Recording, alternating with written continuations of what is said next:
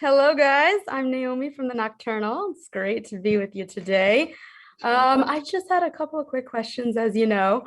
This one is for Demetrius and Terry. You guys play brothers, those characters, and the character bond there was really good and authentic when I watched the screener. So I just wanted to know what the process was when you were developing that bond, both individually and together. I felt like, you know, because when you're on set, you spend 12, 15-hour days together. Like we can't help but to see each other's face like 24/7. So it's just like, that right there in itself, it makes you just become one, and me and Meech, we're very similar. We're both competitive. We come from sports backgrounds. We're hustlers. We're dogs. So it's just like, and we want to win. We want to succeed. This is a story about Meech's bloodline. He's directly tied to this, and this is his career as well. This is something that he's taking serious. This is my career. This is something I'm taking serious. We both want to propel into the next level. So I think, just with that being said, we both had similar interests, which just made us really just build that chemistry and just come off organic and just tackle the project and do our thing. Yeah, and I feel like even though obviously we're brothers in the show, we have to become brothers off screen, and because in order for it to look natural, it has to be natural. It has to, for people to feel it, they have to like basically, it has to be natural. Basically, what I'm trying to say. So me and him, before we even did a scene, we were already talking and already, getting to know each other well. And like the first time we met each other on screen, on not on screen, but on Zoom, when me and him were doing our chemistry read together, like I feel like we clicked in because we already knew how each other was going to be, and we already knew what we already knew somewhat about each other, And after that, when we got on set and in each other's faces, and we really understand one another, then we work perfectly off each other,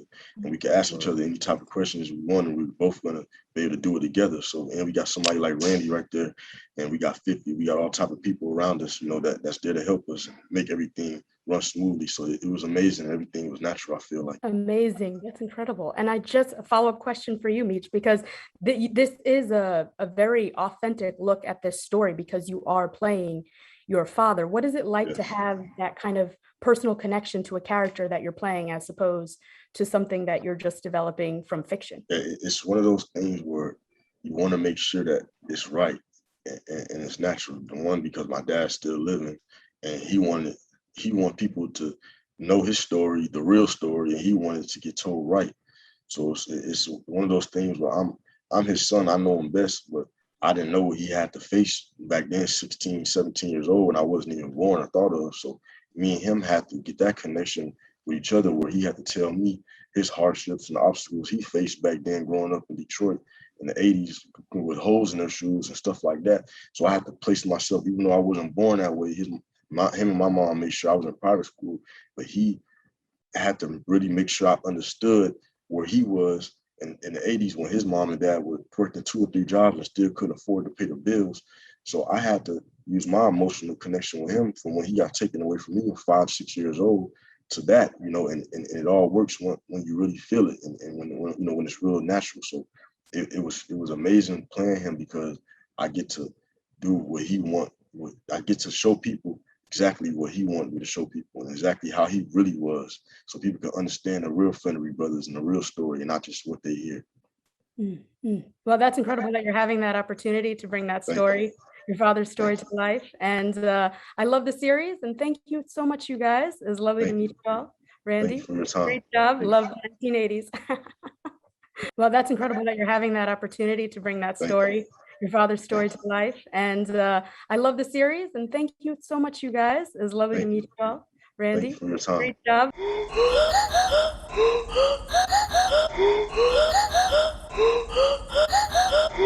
Hey, Hey Naomi Naomi, Campbell. how you doing? Thank you. Well, actually, my first question is for you, Arkisha. I was just wondering, it's still kind of rare to have female directors. So how was it working with someone like Tasha Smith, who's a female director and a person of color? I love her. I love her. That's like that's my acting mom and my big sis. That's like, I love her. It was so good because you know what?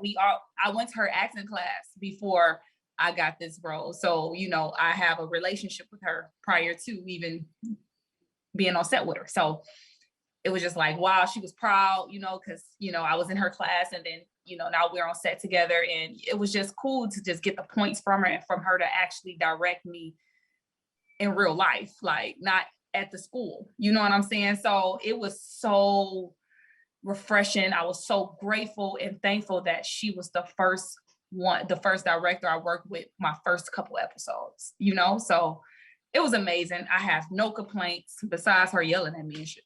But other than that, I have no complaints. I love her to death. That is my girl. And Eric, I just wanted to ask your character Lamar, watching the screeners, he's a little unhinged. Do you think that stems from nature versus nurture? And when you were developing that character, how were you creating that kind of slightly unhinged character? I mean, for me, the writing done that.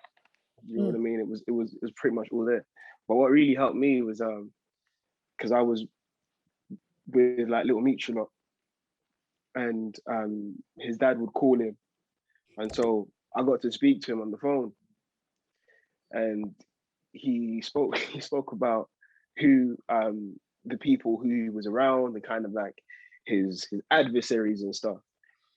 And he literally, he was like, you got to put your best gangster foot forward, because if you don't, like, but he was telling us stories, and that definitely gives you kind of like an insight into that, raises the stakes a little bit higher. All those things really helped for me. And this is a question for the both of you. So your characters, Monique and Lamar, they have a very like I can't talk in the morning. They have a very kind of tense relationship there.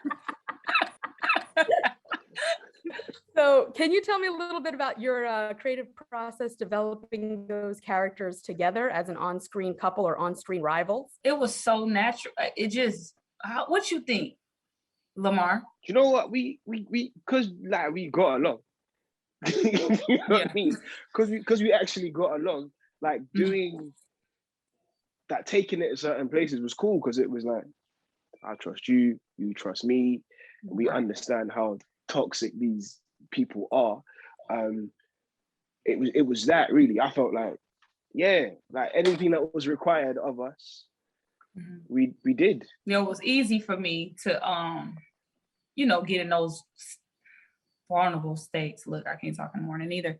But with him, because we kind of had a good friendship already. We kicked it. We kind of, you know what I'm saying? We just, you know, like I beat him in like Connect Four a few times and Monopoly, wow, you know, outside wow, of it, just so that we can have the vibe going. So that when we were on set, it was just easy. We got to get along good. You know, like that's my boy, that's my dog right there. So well, thank you so much, you guys. It's been awesome chatting with you, and good luck with everything. Love the show. All right, see you later, Naomi Campbell. Appreciate you.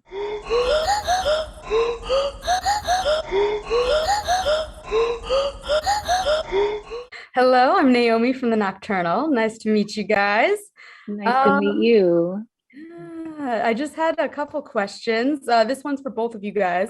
I just want to know, BMF is a period piece, so it's set in the 1980s. Were there any challenges in working on a piece that isn't necessarily in present time? I would say not for me. I mean, is, you know, you focus on the character based on their truth and their intentions. And so the period was a part of it, but it wasn't everything. I just focused on what the objective was for Lucille. Yeah, you know, I agree with Nicole. There weren't too many challenges. It isn't just about the character, and the period becomes a part, another character, you know, if you will. The interesting thing though is that as I'm getting older, and like now we're depicting periods that we actually lived in. Right. And it's like, what? That's a period? Wait, what? Yeah, exactly. It's like we were growing up in the 80s. Like, a period. I thought like the 20s was a period. Yeah. Right. We've been around a little bit. So if nothing else, it was just a beautiful to kind of reminisce, you know, actually. Yeah. And Nicole, follow-up question. You play a very grounded, like matriarch of the family. What went into developing that character for you? Well, I am actually playing a real person. So I got to meet her, and yeah, it was amazing. So, and I've never done that before. So we FaceTime for the first time with Randy on the line, and it was just amazing. So we both were like weeping and like, but I got to ask her so many questions all the time. And then I got to go to Detroit and see the street that they grew up on. She still lives in the same home. I got to go to her home and just meet her in person, and it was just amazing. And there's something about her that she looks like my family. She feels like my family. There's such a kinship there. And I would just call her up. I would be between scenes and going, oh my gosh, I'm not sure what she was thinking at this time or whatever. And I would, text or call, and she would send me a Bible verse or different things. So she was just so available. So most of my information came from her and just what I sensed intuitively. And Russell, a question for you. Your character is kind of very sad. He made me feel I felt for him as I was watching. What part of that emotional journey did you connect with most when you were working on the first season? All of it. I think that having an understanding, knowing your history helps, right? So knowing how Black folks have been treated in this country historically, from slavery to Jim Crow, and everything in between, that you have a sense of empathy for these men. And what I mean by that is the struggles that they went through. So you're looking at Charles and you're seeing a man who has worked hard for his family. He's having 2 and 3 jobs and trying to basically make the ends meet and having a hard time doing that. These are the struggles of Black folks, for instance, forever, right? And so it's tapping into that understanding. And so, knowing Black men, who helped raise me when I was coming up, listening to their stories, hearing about their struggles, hearing about their wants, their needs, and their desires when they were trying to raise their families, all I did was sort of emotionally tap into that and that understanding. And just, again, knowing my history.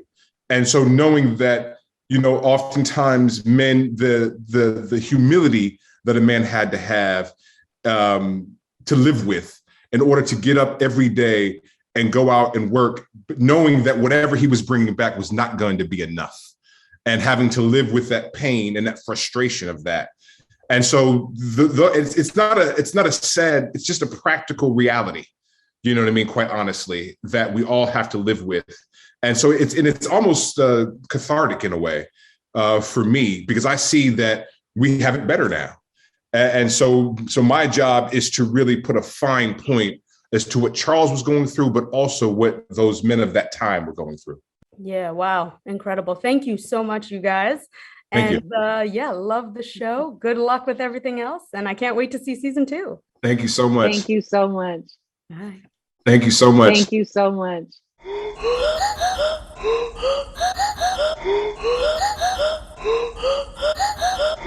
Hi, I'm Naomi from the Nocturnal. Nice to meet you. How are you, Miles? Doing good. I'm doing good. Well, I had a question for you because I was watching the screeners, and your character, B. Mickey, he seems like the ride or die bestie for Meech, but also I get these weird, like, I'm here to steal the crown vibes. What do you think of that? Do you think it's possible that he'll ever betray Meech, or and how did you create that character with that emotional journey of kind of that give take of I'm your ride or die, but I also might stab you in the back? I feel like you are right about the ride or die aspect and him being Meech's best friend. But I don't necessarily think that he is trying to stab Meech in the back. He knows the caliber of power that Meech has, and he sees Meech is not using it to the ability that is needed. He knows that I, B. Mickey, can do something about it right then and there, and this can be done. Why are you letting this stretch out so far? Let me handle this. He's that friend. He's that friend that I don't want to get your hands dirty. Let me handle this. But on top of that, he's not letting him handle it because he doesn't have a caliber of power in the group. I'm trying to, you know what I'm saying, persuade him and show him that I am deserving of a certain level of power in the group to do certain things without asking of you. I've been with you for so long. I've been with you and Terry. I've done things that me, Terry, and Meech that everybody else hasn't done as a group. We've done it together. Why am I not deserving of a break? Rise from bestie to right-hand man. You feel me? Like I want to go from Bessie to right-hand man I instead love it. I love it. the underdog, you know, because the whole season, I feel like I'm trying to show him, hey, I'm about it. Hey, I can do this. All right, you won't bet. I'm gonna just do it by myself, and I'm gonna let you live your life because you already have things going on for yourself that I'm not relevant towards. I have no relevance towards, you know. That's amazing.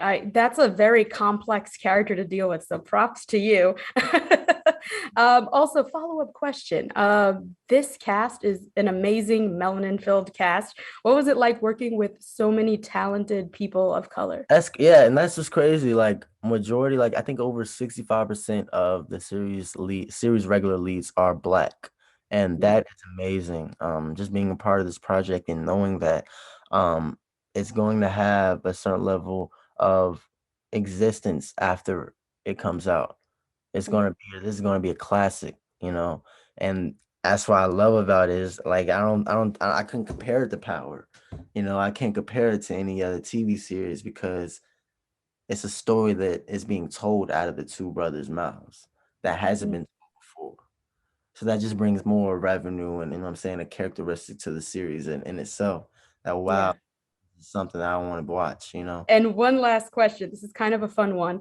If your character could have drinks with anyone, dead, alive, past, future, who would it be and what would you guys drink? And BMF or just anybody? It doesn't even matter. Anybody. Who do you think B. Mickey would want to meet and have drinks with if he could meet anybody? I feel like B. Mickey would want to drink with Tupac.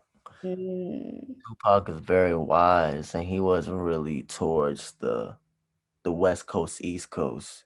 He was about equal and wholesome, but how can we get it and get it done in a certain amount of time that is necessary? And I felt like that's what B. Mickey was all about. Like he wanted to get shit done, but he didn't want to ask of anybody. Right. You know, he wanted to have his own motive behind it and energy towards it that he applied. So he can have a certain level of force behind it where he wouldn't have to be worried about anybody else, you know. That was a really good one. What do you think you guys would be drinking? Probably some Hennessy with like just some Hennessy, man. I feel like Tupac could be sipping on some Hennessy. Yeah, I definitely see that. Well, that's it for me. So it was a pleasure talking with you and good luck with everything and season 2. Yes.